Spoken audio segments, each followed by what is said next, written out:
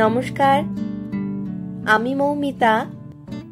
আমার কবিতা পাঠ চ্যানেলে আমার সকল শ্রোতা বন্ধু এবং দর্শক বন্ধুকে আন্তরিক শুভকামনা জানিয়ে আজকের গল্প পাঠ শুরু করছি। আজ আমি আপনাদেরকে পাঠ করে শোনাব বিমল করের লেখা একখানি চমৎকার ছোট গল্প। গল্পের নাম দুই বোন। আমার অনুরোধ রইল গল্প পাঠ শোনার জন্য। রোজকারই মতো আমার পুরনো কথাগুলি একবার সংক্ষেপে বলে নিচ্ছি। যদি আমার গল্প পাঠ আপনাদের ভালো লাগে, অনুগ্রহ করে একখানি লাইক করবেন এবং গল্পটি আপনাদের প্রিয়জনের সাথে শেয়ার করবেন। আপনারা যারা এখনো আমার কবিতা পাঠ চ্যানেলটি সাবস্ক্রাইব করেননি, তাদের অনুরোধ সাবস্ক্রাইব করে সাথে থাকার। আর আপনারা আপনাদের মূল্যবান মতামত কমেন্ট বক্সে জানিয়ে আমাকে অনুপ্রাণিত এবং সমৃদ্ধ করবেন, এও আমার অনুরোধ। ধন্যবাদ। শুরু করছি আজকের গল্প দুই বোন।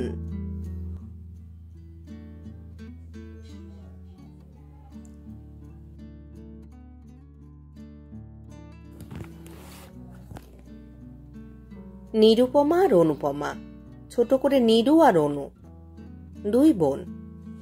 বড় নিরু, ছোট অনু।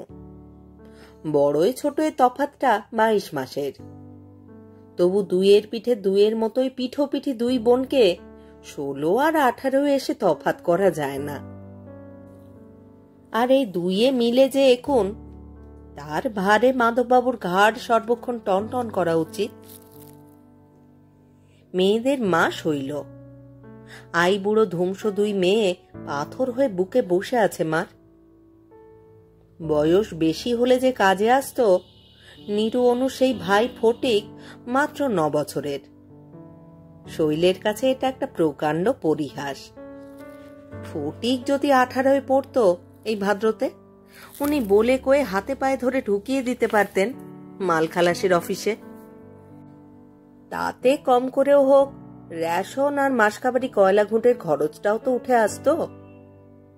কিন্তু এমনই ভাগ্য শৈলর, ফটিকটাই পেটে এলো শেষে। বেশি গজগজ করলে মাধববাবু বিগড়ে যান, বলেন, আমি কি করব?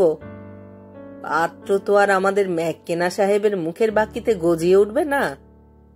তা যদি উঠতো কবেই তোমার জামাই ধরে এনে দিতাম।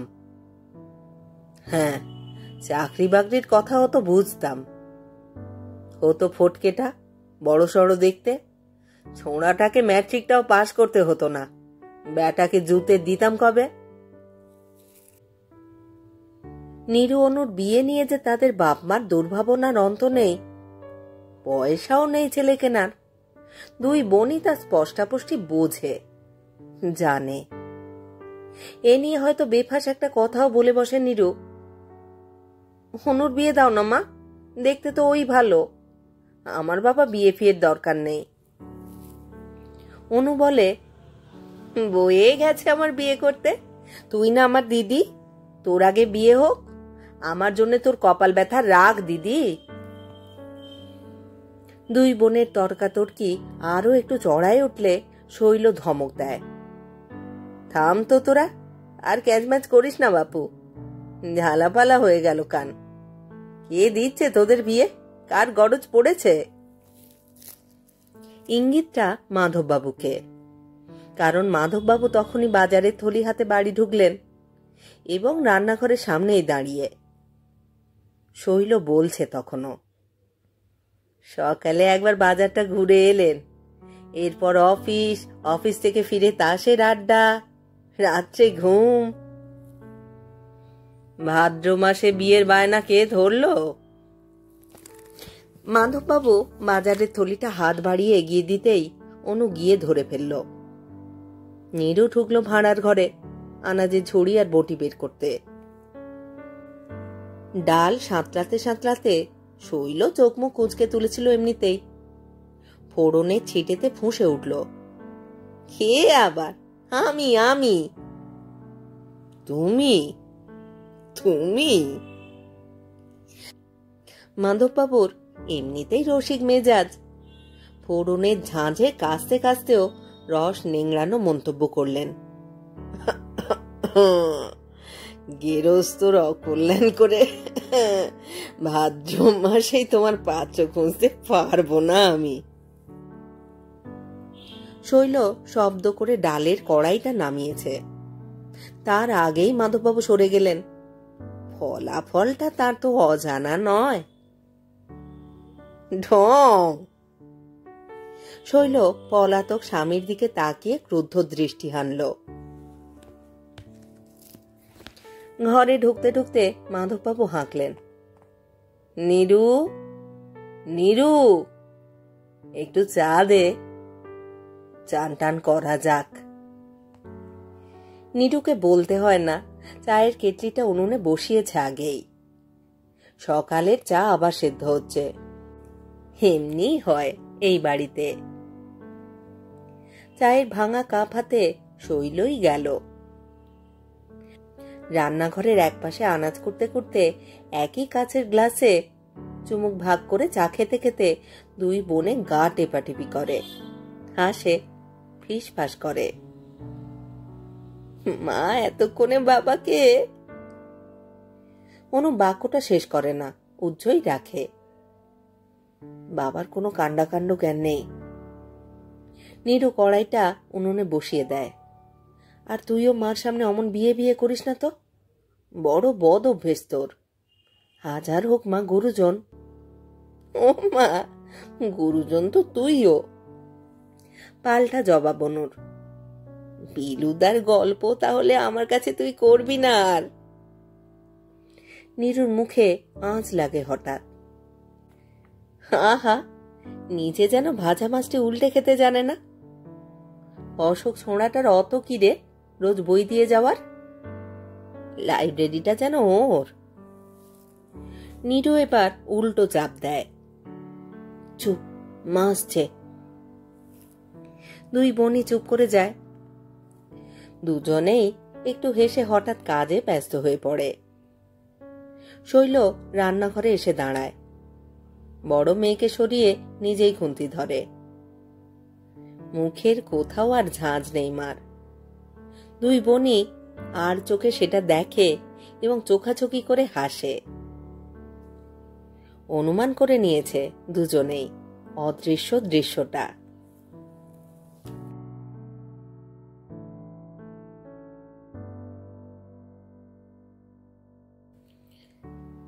এমনই অদ্ভুত তাদের সংসার। সব রকম দুঃখ কষ্ট মালিন্য আছে, তবু সব থাকার উপর আছে তাদের বাবা মা। বড় নরম, বড় ভালো, আর অনেক ভালোবাসা যাদের ছেলে মেয়েদের জন্যে। দুপুরে শৈল কখনো একটু ঘুমিয়ে পড়ে ফটিক স্কুলে। চোখে চোখে বাক্য বিনিময় হয় দুই বোনে। নীরু ওঠে।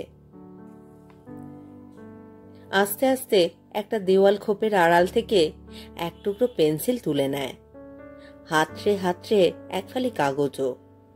তারপর পা টিপে টিপে বাইরে চলে যায়। মার পাশে শুয়ে শুয়ে অনু এক চোখ বইয়ের পাতায় আর এক চোখ মার দিকে রেখে কি যেন ভাবে। আচ্ছা, অশোক দাতাকে যে বই এনে দেয়, তাতে ওই এক ভালোবাসাবাসীর গল্প কেন? পড়তে পড়তে সারা গা কেমন করে ওঠে, মনটাও ফাঁকা ফাঁকা লাগে। দু একদিন স্বপ্নও দেখেছে অনু। শৈল পাশ ফিরলেই ধরাস করে ওঠে অনুর বুক। দিদিটাও যেন কি, লেখা আর হয় না ওর। ঠিক একদিন হাতে নাতে ধরা পড়বে। দেওয়ালে টিকটিকিটাও ঠিক এই সময় টিকটিক করে ওঠে। ইস! শেষ পর্যন্ত ধৈর্য রাখা মুশকিল হয়ে পড়ে অনুর। উঠে পড়ে সেও। কি রে, হাঁ করে কাক দেখছিস যে, হলো তোর? নীরু চমকে ওঠে। অনু দেখে নীরুর হাতের কাগজ পেন্সিল উধাও। নীরুর বুকের দিকে তাকিয়ে অনু ফিসফিস করে বলে, দিয়েছিস? মাথা নাড়ে নীরু। হ্যাঁ দিয়েছে। ও দিয়েছে? অনু জানতে চায়। হ্যাঁ। কই দেখি। যা। নীরু লজ্জা পায়। দিবি না তো দেখতে? আচ্ছা। অনু শাসায়। একটু অভিমানও আছে তার সঙ্গে। তুই যেন কি? নীরু বুকের মধ্যে থেকে ভাঁজ করা এক টুকরো কাগজ বের করে দেয় অনুর হাতে। এখানে দাঁড়িয়ে পড়িস না, কল ঘরে যা, মা এসে পড়বে। কল ঘর থেকে ফিরে এসে চিঠির টুকরোটা নীরুর হাতে গুঁজে দেয় অনু। দিদি, ধোপায় কাপড় দিয়ে গেছে কাল, আমার সেই খয়েরি শাড়িটা তুই পরিস বিকেলে গা ধুয়ে। আমি তো চুল বেঁধে দেব কোনো। কি হবে শাড়ি পরে চুল বেঁধে? আহা, শাড়িটা তোকে ভালো মানায় কি না তাই আদিক্ষেতা হচ্ছে। বেশ, তবে তুই মার কাছেই চুল বাঁধিস, ঝুঁটি টেনে বেঁধে দেবে। শাড়ি পরে চুল বেঁধে বসে থাকবো? আমায় কি দেখতে আসছে নাকি? নীরু আনমনা। হাসতেও তো পারে তোর বিলুদা। ফিক করে হেসে ফেলে অনু। একটু ভালো করে সেজেগুজে থাকলি না হয়। আজ তো বিকেল বেলায় ও আসবে লিখেছে মার কাছে, সেই ফাঁকে না হয়। বই গেছে আমায় দেখতে, ও আসবে ওর কাছে, আমার তাতে কি? বলা কি যায়। অনু একটা চিমটি কেটে দেয় নীরুর গায়ে। ঘুম ভেঙেছে মার, চুপ।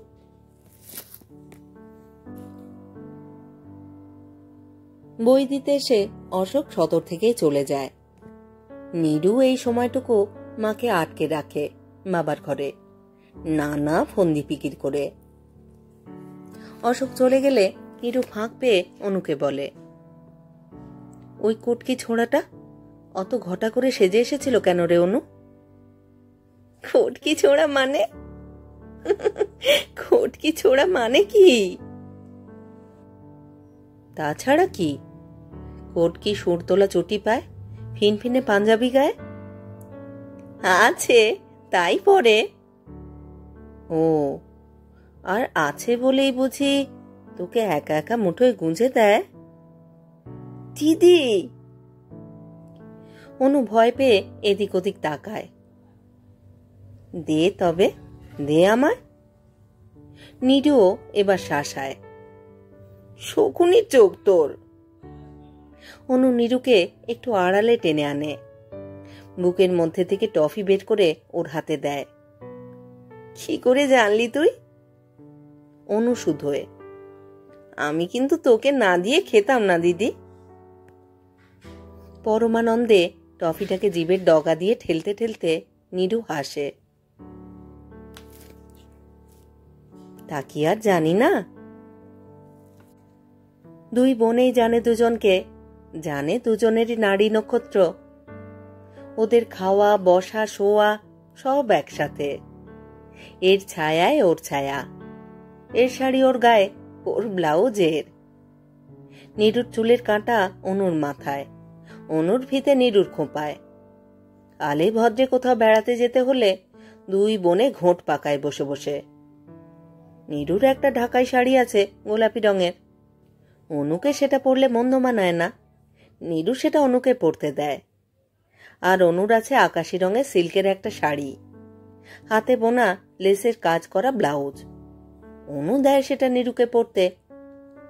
দুজোড়া জুতোও আছে দুই বোনের, তাও অদল বদল হয়। অদল বদল হয় তাদের যৎসামান্য গায়ের গহনাগুলো। কান পাশা অনুর কানে মানায়, রিং মানায় নীরুর। অতএব বদলা বদলি করে নেয় দুজনেই। 16 আর 18 যে কোনো তফাৎ থাকতে পারে না, অন্তত নীরু অনুর মধ্যে নেই, তা ওরা নিজেরাই ভালো করে জানে। কারুর কাছে অন্যের গোপন কিছু লুকোনো থাকে না, যেন থাকতে নেই, সেটা দোষের। যত যাই হোক, অনুকে না বলে তার পরামর্শ না নিলে নীরুর শান্তি নেই, অনুরও তাই। অশোক অনুর কাছে কি একটা খেতে চেয়েছিল, অনু বোকার মতো সেটাও নীরুকে বলে দিল। শুনে নীরুর বুক ধুকপুক করে উঠল। বড় বড় চোখ করে নীরু বললে, খেয়েছে নাকি? না দিদি। অনু দিদির দিকে তাকিয়ে বললে, অমন করছিস কেন দিদি?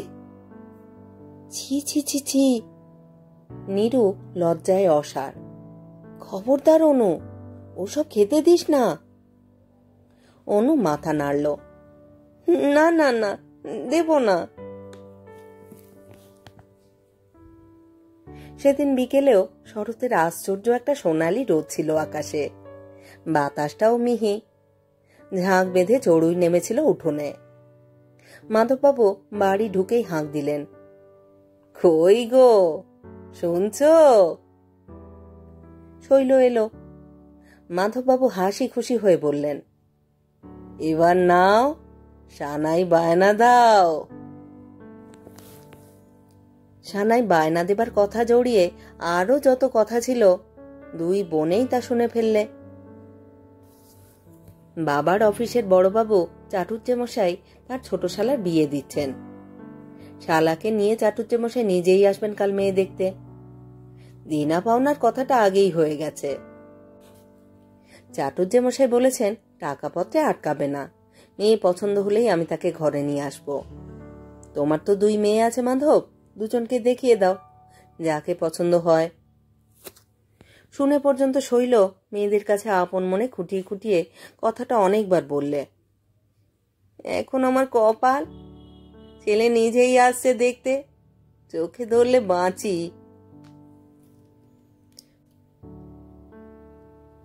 সব কথা শোনার পর নীরুর মনটা খারাপ হয়ে গিয়েছিল। অনুর দিকে কয়েকবারই আর চোখে তাকিয়ে দেখেছে নীরু। শৈল বলেছিল, সাজগোজটা তোরা দুই বোনে মিলে সেরে নিস বাপু, আমার মাথাটা ছেড়ে যাচ্ছে, একটু শুয়ে নি। দেখিস আবার বিকেল গড়িয়ে বসে থাকিস না যেন। শৈল ঘুমোতে গেল নিজের ঘরে। শেষ দুপুরটুকু যেন ঘড়ির কাঁটায় টাইফয়েড জ্বরের মতো জুড়ে বসে থাকলো। যায় যায় করেও যায় না।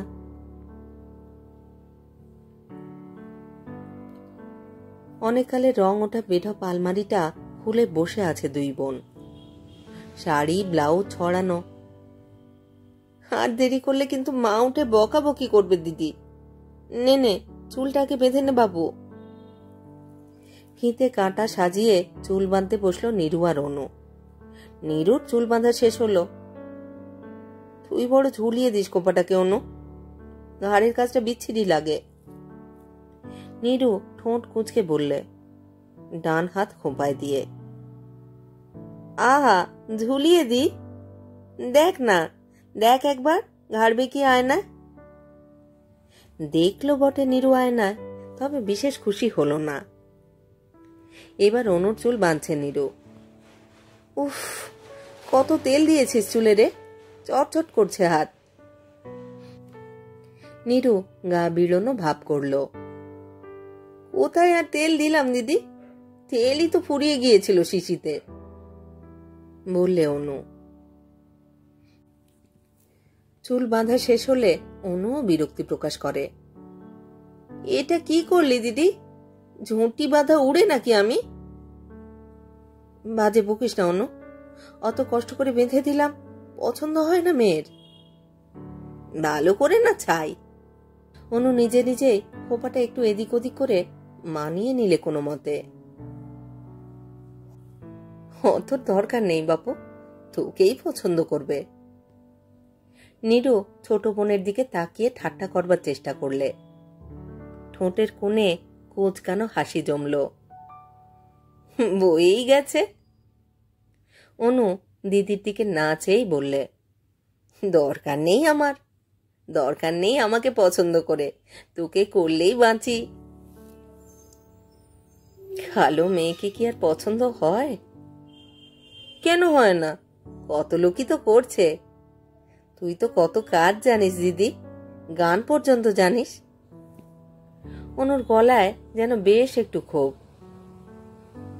2-5 মিনিট চুপচাপ। অনু বললে, দিদি স্নো পাউডার মাখবি না? চল মুখটা সাবান দিয়ে ধুয়ে আসি। না কোঁচকালো নীরু, বললে ওসব ছাই ভস্য মাখতে পারবো না, যা আছি তাই আছি। একটু পরে নীরু বললে, অনু, একটা কাজ করবি ভাই? কি? বড্ড মাথাটা ধরেছে রে, জানা একটু চা করে নিয়ে আয়, চুপি চুপি নিয়ে আয়। উনুনে মা আজ রেখেছে আজ। অনু কি একটু ভেবে চা করতে চলে গেল। ওই ফাঁকে মুখটাও একবার সাবান দিয়ে ধুয়ে আসবে ও। অনু চলে গেলে নীরু দরজাটা বন্ধ করে দিলে। সাবান দিয়ে মুখ ধোয়ার পাট ও আগেই সেরে এসেছে। ছেলে নিজেই আসছে দেখতে, পছন্দ হলেই বিয়ে করে ফেলবে। এই কালো মুখ নিয়ে নীরু দাঁড়ায় কি করে ছেলের সামনে? পাশেই তো থাকবে অনু, রংটা ফর্সাই তার।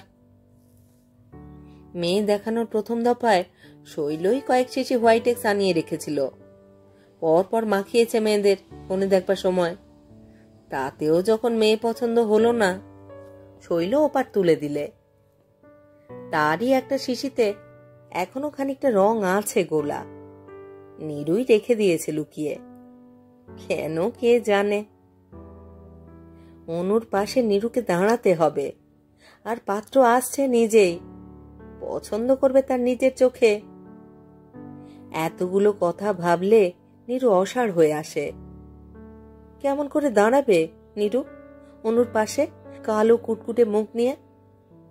রঙের জন্যই হয়তো নীরুর দিকে চোখ তুলেও তাকাবে না একবারও ছেলে। হোয়াইটেক্স থেকে সবটুকু রং হাতের চেটোয় ঢেলে তাড়াতাড়ি মেখে নেয় নীরু। পাছে অনু এসে পড়ে, পাছে দেখে ফেলে। খালি শিশিটা লুকোতে না লুকোতে অনু এসে পড়ল চা নিয়ে। ঘরে ঢুকে দিদির দিকে তাকিয়ে অনু অবাক। অমন ধপধপ করছে কেন দিদির মুখ? পরীক্ষকের চোখ নিয়ে তাকিয়ে তাকিয়ে অনু বলে, এই না বললি স্নো পাউডার মাখবো না, এ তো ধপধপে দেখছি তোর মুখ। চায়ের গেলাসটা অনুর হাত থেকে নিয়ে নীরু একটা নিরুপায় ভঙ্গি করে বললে, বলিস না, যত রাজ্যে সংসাজা। ভাবলুম কি জানি মা আবার উঠে বকাবকি না করে। অনু আর কোনো কথা বললে না। একটু পরে নীরু বললে, এই শোন, আমার এই তোলা কানের ঝুমকো দুটো তুই পর। না। মাথা নাড়লে অনু, কানে আমার ভীষণ ব্যথা হয়েছে কাল থেকে। কই বলিসনি তো আগে। নীরু খোঁচা দিল। অনু খোঁচাটা হজম করে নিল চুপ করেই। সত্যি তো তার কানে কোনো ব্যথা হয়নি, আসলে ঝুমকো দুটোই পুরনো আর ম্যাড় ম্যাড়ে।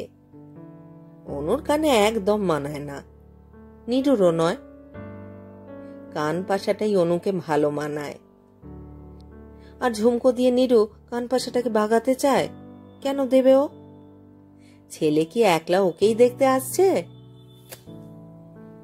দিদিকে আজ অনুর বিশ্বাস হচ্ছে না। দিদির সেই ঢাকাই শাড়িটা আজকে আর দিদি পরতে দেবে তাকে? কখনোই নয়। অথচ ওই শাড়িটায় অনুকে সত্যিই খুব সুন্দর দেখায়। স্নো পাউডার মাখা শেষ করে অনু একটু বসলো। আর তো দেরি করা যায় না, মা এখুনি উঠল বলে, বিকেলও হয়ে গেছে। ওই যা দিদি, সর্বনাশ হয়েছে রে। অনু চোখ কপালে তুললে। নীরু বিস্ময় ভরা চোখে তাকালো অনুর দিকে। দিদি, লক্ষ্মীটি ভাই, একটা কাজ কর না। উনুনে কয়লা দিয়ে আসতে একদম ভুলে গেছি, আগুন পড়ে গেলে মা আর আস্ত রাখবে না রে।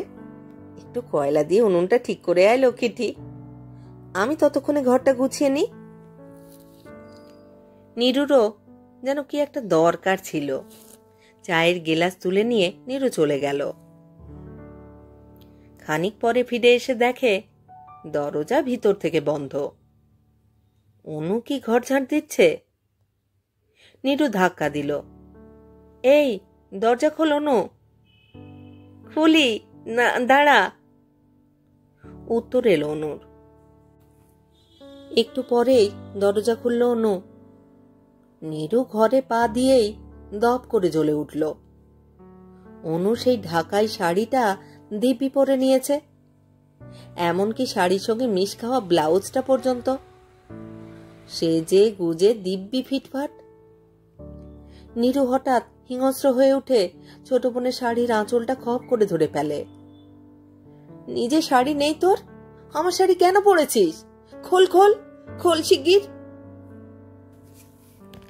নীরু টানাটানি করতে থাকে বেপরোয়া হয়ে। ছিঁড়ে যাবে দিদি, টানিস না অমন করে, ছিঁড়ে যাবে। যাক ছিঁড়ে, খোল তুই আমার শাড়ি। অনুও খেপে যায়, শাড়ি সে দেবে না, কিছুতেই না। ক্ষিপ্ত স্বরে অনু বলে, আমার আমার করছিস কি? তোর বিলুদা তোকে কিনে দিয়েছে গাঁটের পয়সায়? আমার বাবা কিনে দিয়েছে, বেশ করব, আমি পরব। পেদনির আবার কত সাজার সাদ। দুই বোনের টানাটানি, খেমচা খেমচি, ফোঁস ফোঁস আর চিৎকারে শৈল এসে দাঁড়ায়। কাণ্ড দেখে তার চক্ষু স্থির। জীবনে শৈল এই প্রথম দেখল পিঠোপিঠি দুই বোনে প্রলয়ঙ্কর কাণ্ড বাঁধিয়েছে। কি হয়েছে, কি কি হয়েছে তোদের? শৈল আর তা জানতে চাইল না। কি হয়েছে শৈল আর তা জানতে চাইল না। অনেক কথাই তার কানে গেছে, শুধু বললে, যে যার নিজের জিনিস পরো। অনু, তুমি নীরু শাড়িটা খুলে দাও। অনু শাড়ি ব্লাউজ দুই খুলে দিলে, আর মনে মনে এই প্রথম বুঝল দিদি তার শয়তানি। আচ্ছা, সেও দেখে নেবে এক মাঘে শীত যায় কিনা। নীরুও তাই ভাবলে। অনুটা সাংঘাতিক মেয়ে। এমনিতে মার কাছে কত লম্বা চওড়া কথা, মা দিদিরাকে বিয়ে দাও। এদিকে তো বাবু ঠিক সময় উর্বশী সেজে বসে আছে। চাটুজ্জে মশাইয়ের শাল আর মেয়ে পছন্দ হয়নি।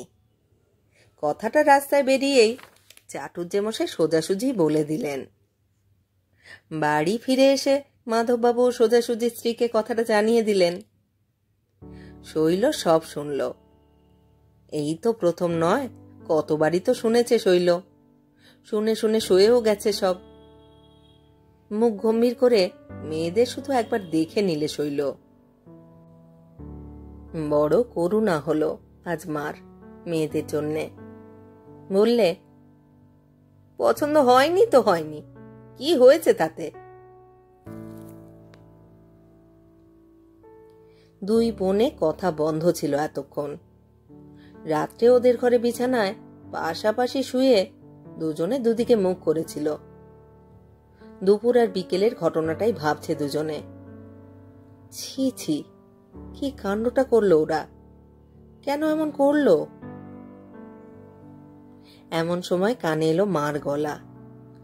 মা বলছেন বাবাকে পাশের ঘরে শুতে এসে, এরপর যখন সম্বন্ধ আনবে তোমায় আমি বলে দিলুম, দুই মেয়ে একসঙ্গে আমি দেখাবো না, কখনো দেখাবো না। অনু, অনু। নীরু ফিসফিস করে ডাকলো, কোনো সাড়া নেই। অনু কি ঘুমিয়ে পড়ল? অনু। নীরু পাশ ফিরে অনুর গায়ে হাত রাখে। রাগ করেছিস আমার উপরে? রাগ করেছিস না? না তো, না। অনু বললে, রাগ করিনি, মনটা বড় খারাপ লাগছে। নীরুরও মন খারাপ লাগছিল। একটু পরে নীরু দীর্ঘশ্বাস ফেলে বললে, আমার ঢাকাই শাড়িটা আমি তোকে দিলাম বরাবরের জন্যে, তুই পরিস। আর তুই? অনু জানতে চায়। যা হয় পরবো কোনো। দিদি, আমার কমলা লেবুটা তুই নে, বরাবরের জন্যই নে দিদি। দুই বোন পাশাপাশি গলা জড়াজড়ি করে আবার শুয়ে পড়ল।